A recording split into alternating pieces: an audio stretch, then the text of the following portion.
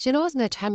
أنا هاد جينوز درت 6 بيض ماشي 5 بيض، خاطر لازم يكونو 5 بيض كبار باش يعمرو كامل المكونات.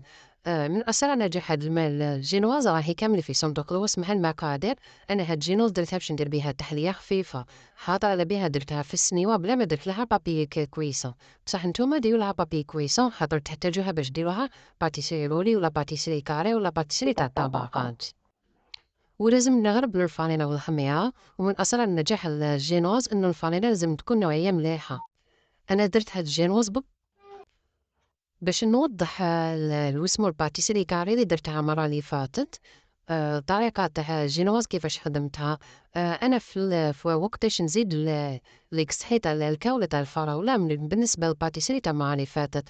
أنا كي نزيد نزيد السكر ومن بعد الحليب والزيت مع لافاني نقدر نزيد الإكستري تاع الكاو ولا الإكستري تاع الفراولة ولا أي إكستري حبيتو باش يعطي الجو ولا كولا.